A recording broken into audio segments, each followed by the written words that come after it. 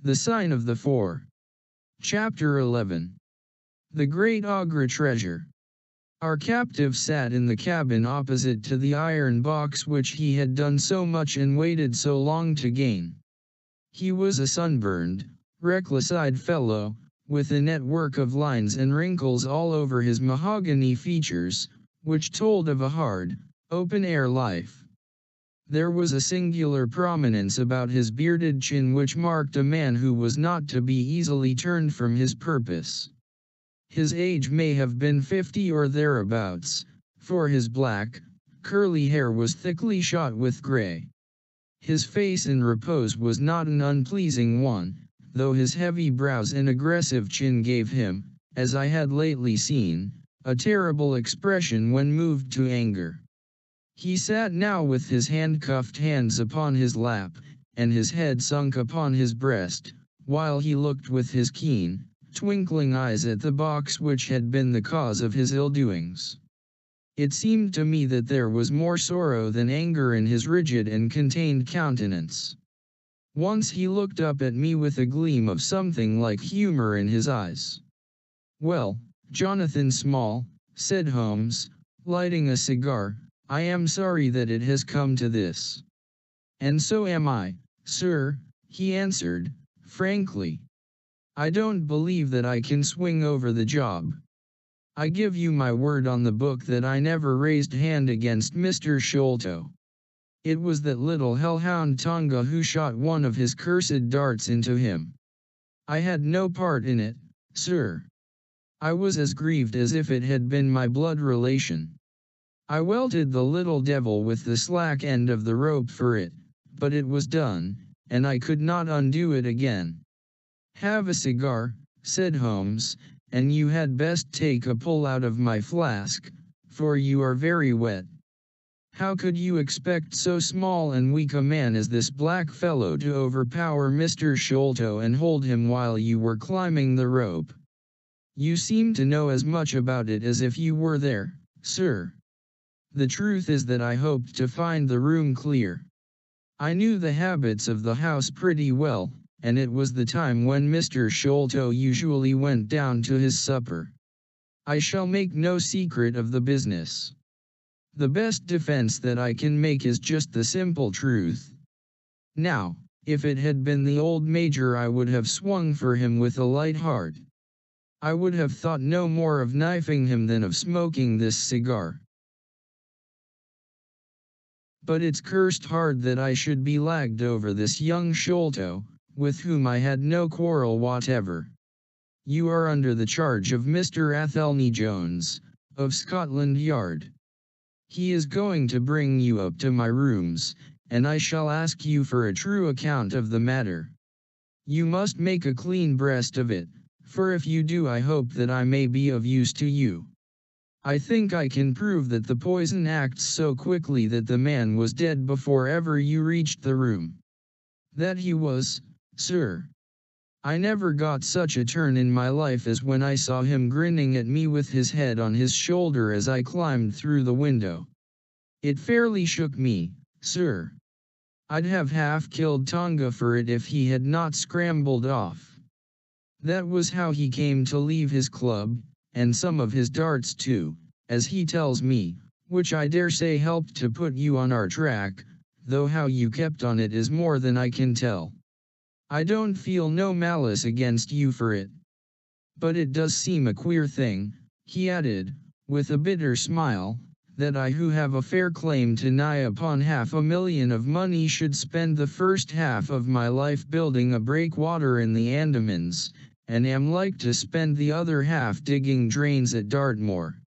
It was an evil day for me when first I clapped eyes upon the merchant Akemit and had to do with the Ogre treasure, which never brought anything but a curse yet upon the man who owned it. To him it brought murder, to Major Sholto it brought fear and guilt, to me it has meant slavery for life." At this moment Athelney Jones thrust his broad face and heavy shoulders into the tiny cabin. "Quite a family party," he remarked. "I think I shall have a pull at that flask, Holmes. Well, I think we may all congratulate each other. Pity we didn't take the other alive, but there was no choice. I say, Holmes, you must confess that you cut it rather fine.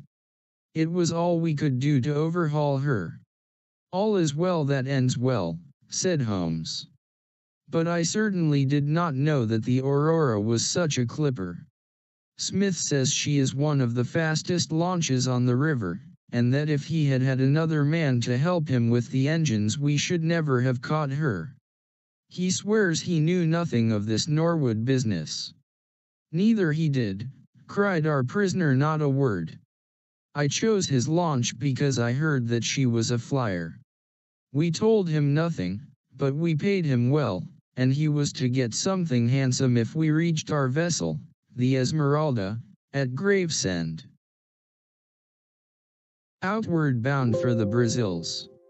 Well, if he has done no wrong we shall see that no wrong comes to him. If we are pretty quick in catching our men, we are not so quick in condemning them. It was amusing to notice how the consequential Jones was already beginning to give himself airs on the strength of the capture. From the slight smile which played over Sherlock Holmes's face, I could see that the speech had not been lost upon him.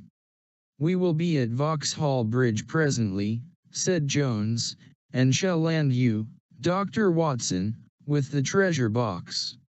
I need hardly tell you that I am taking a very grave responsibility upon myself in doing this. It is most irregular, but of course an agreement is an agreement.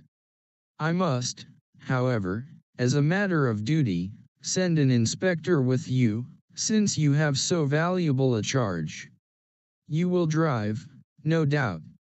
"Yes, I shall drive. It is a pity there is no key, that we may make an inventory first. You will have to break it open." "Where is the key, my man?" "At the bottom of the river," said Small, shortly.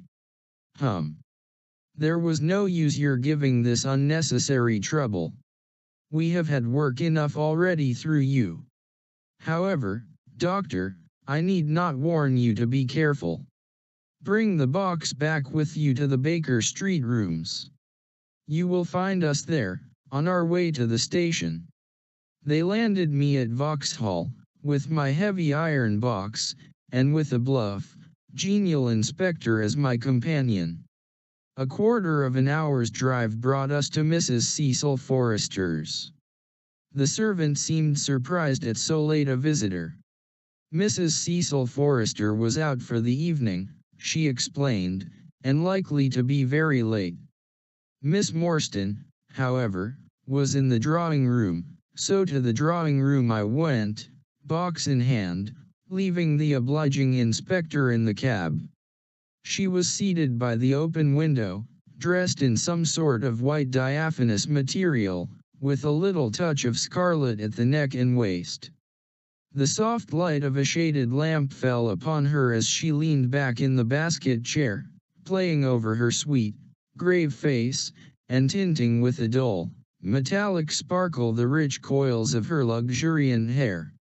One white arm and hand drooped over the side of the chair, and her whole pose and figure spoke of an absorbing melancholy. At the sound of my footfall she sprang to her feet, however, and a bright flush of surprise and of pleasure colored her pale cheeks. "I heard a cab drive up," she said.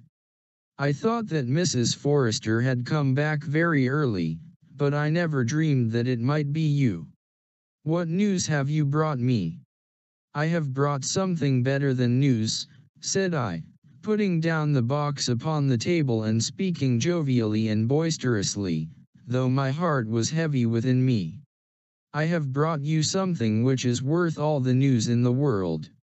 I have brought you a fortune." She glanced at iron box. "Is that the treasure, then?" she asked, coolly enough. "Yes, this is the great Agra treasure. Half of it is yours and half is Thaddeus Sholto's. You will have a couple of 100,000 each. Think of that. An annuity of £10,000. There will be few richer young ladies in England. Is it not glorious?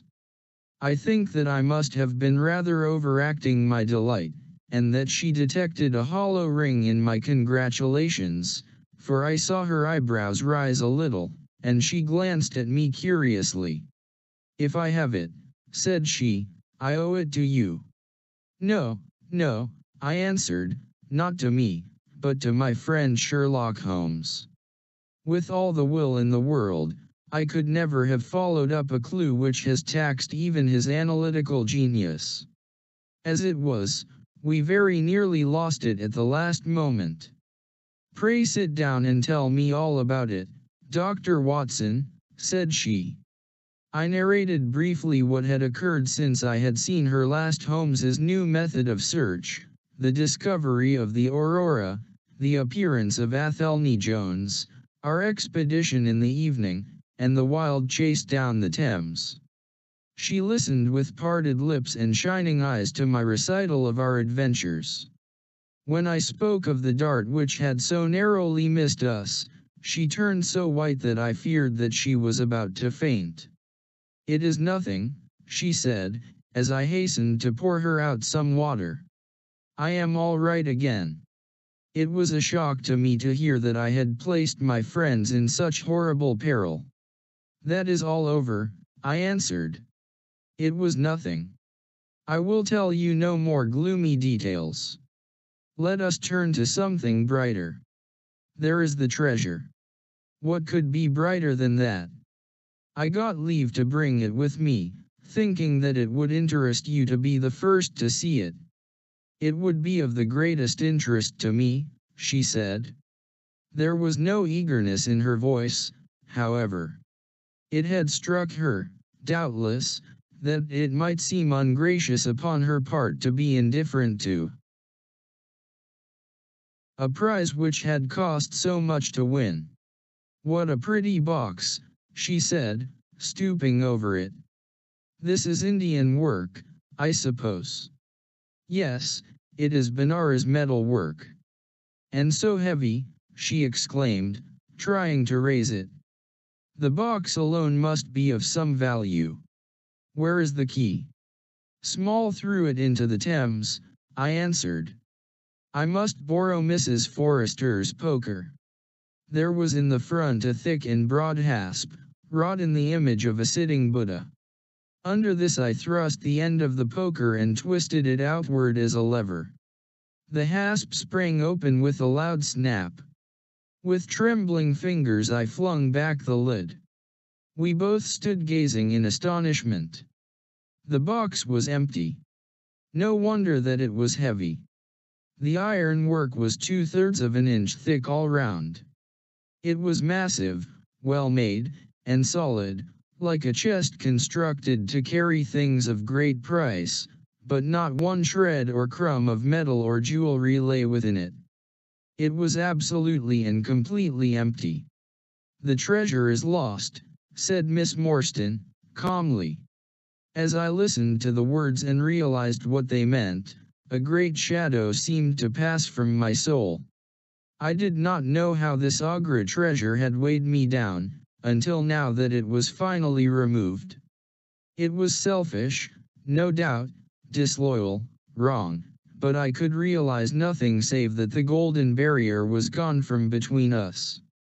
"Thank God!" I ejaculated from my very heart. She looked at me with a quick, questioning smile. "Why do you say that?" she asked. "Because you are within my reach again," I said, taking her hand. She did not withdraw it. "Because I love you, Mary, as truly as ever a man loved a woman. Because this treasure, these riches, sealed my lips. Now that they are gone I can tell you how I love you. That is why I said, thank God. Then I say, thank God, too," she whispered, as I drew her to my side. Whoever had lost a treasure, I knew that night that I had gained one.